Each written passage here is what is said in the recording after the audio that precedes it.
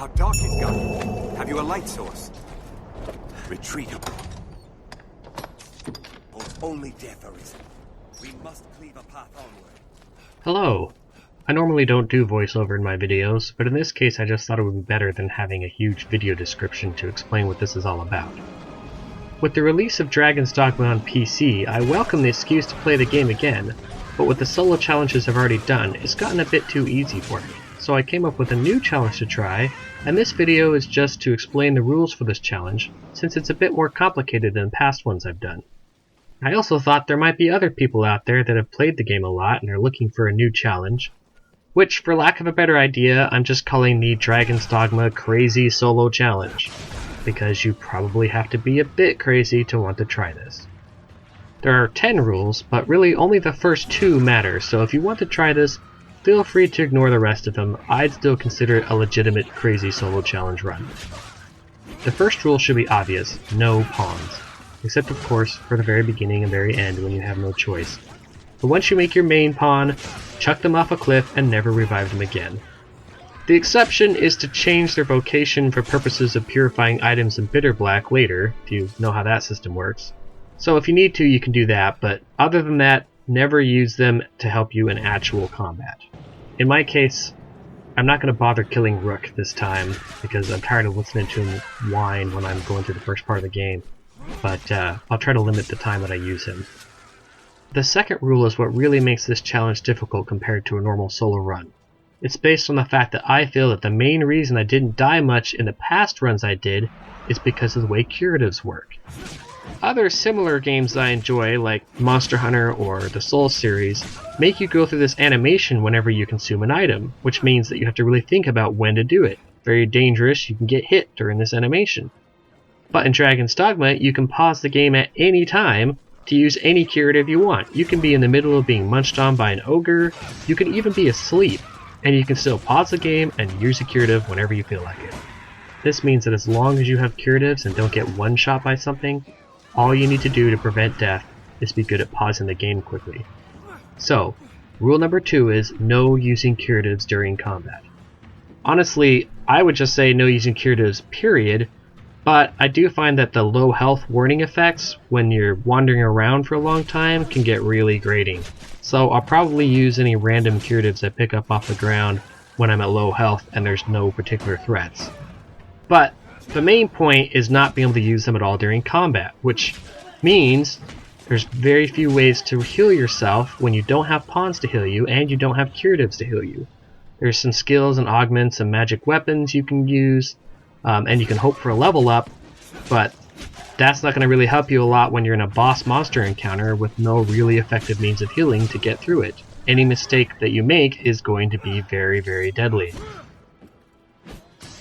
This also makes status effects really dangerous, especially things like petrification. If you don't resist that effect, you're just dead. There's no item you can use to cure yourself of it with this rule. So as I said before, the rest of the rules are more just for adding a little bit of extra challenge for myself, but they're not really as important, and I wouldn't begrudge anyone claiming that they have completed this challenge if they ignore the rest and just use those first 2 rules. Keeping the restrictions on items in mind, rule number 3 is no tools that can help with combat. That means no throw blasts, or buff items, or special arrows, or tomes, or so on.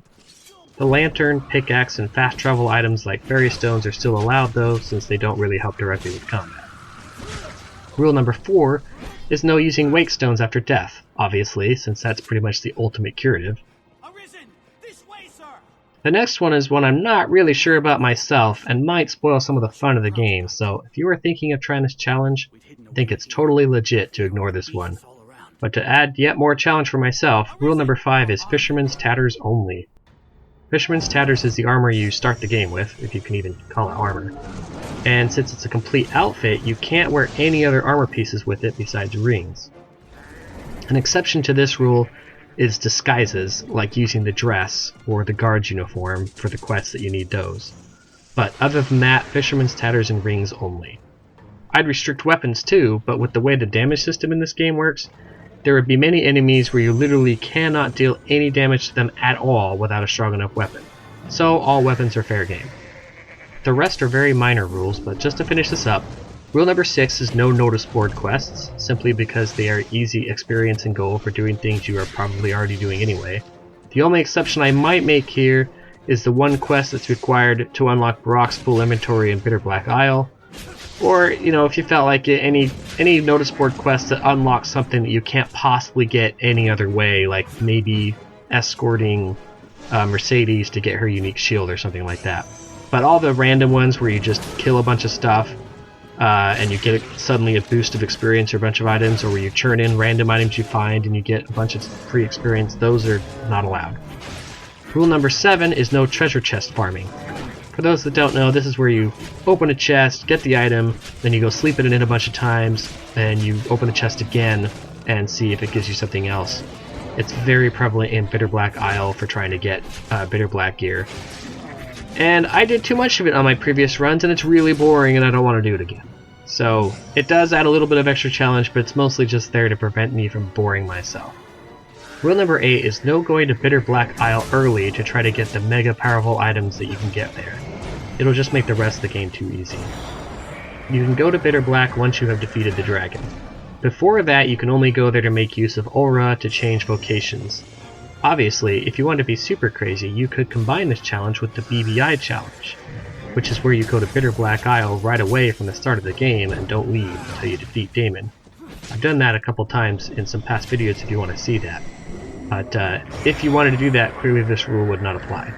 Rule number 9 is just no minimap, which is the way I normally play anyway, but others interested in this challenge might want to give it a try. I feel it makes the game a bit more immersive. Finally, the last rule is that it should be played in normal mode. Some may question, why not hard mode? I mean, you're trying to make a challenge anyway, right? It should go all the way. But the reason is that hard mode actually makes the late game too easy in a run like this, because of all the bonus experience and gold you get. Plus, you get free heals from leveling up way more often on hard mode. Honestly, hard mode just doesn't really add anything to this challenge anyway, besides dying quicker, and if I'm restricted to Fisherman's Tatters anyway, I'm going to die quick anyway. And the way hard mode makes you die quicker is really kind of stupid, because it just basically adds like a flat bunch of extra damage to every hit, which means it doesn't really do anything useful in the late game, and in the early game it makes it so that bats and rats and snakes are far more dangerous than saurians and bandits and stuff, because it's really, really hard not to accidentally get hit by one of those things, and yet they do the same damage because of this flat damage increase that they did. So, hard mode, really, sadly, not appropriate for a challenge run. If you want to know more about my thoughts on hard mode, I wrote a whole big long post about it, and I'll put a link to that in the video description. I will never use hard mode unless they totally change around the way it works, because it's just dumb for many reasons. It's really sad. As someone who likes a challenge, I am very disappointed by it. Anyway, moving on. So that's all the rules. I would like to point out that unlike my other runs, for me personally, I'm not going to restrict myself this time on vocation or augments. So I can make my character however I want, which means I'll probably play the assassin. My hope is that with all these other rules and restrictions, it's still going to be hard enough that it will make up for the fact that I can use whatever character I want. And that's it. Hopefully my system can run the game well enough to actually do this run and record it and post it on YouTube. I'm not sure because there's no demo or anything yet, and I don't have the game yet, so I'm hopeful. That's why the video in the background is a pretty low quality video, by the way. It's old footage from a previous run on the Xbox 360, because I don't actually have the PC game yet. Either way, thanks for watching this video. Enjoy the Dragon's Dogma PC release, and if you decide to actually try this challenge yourself, definitely let me know. I'd be interested to see how it goes for you.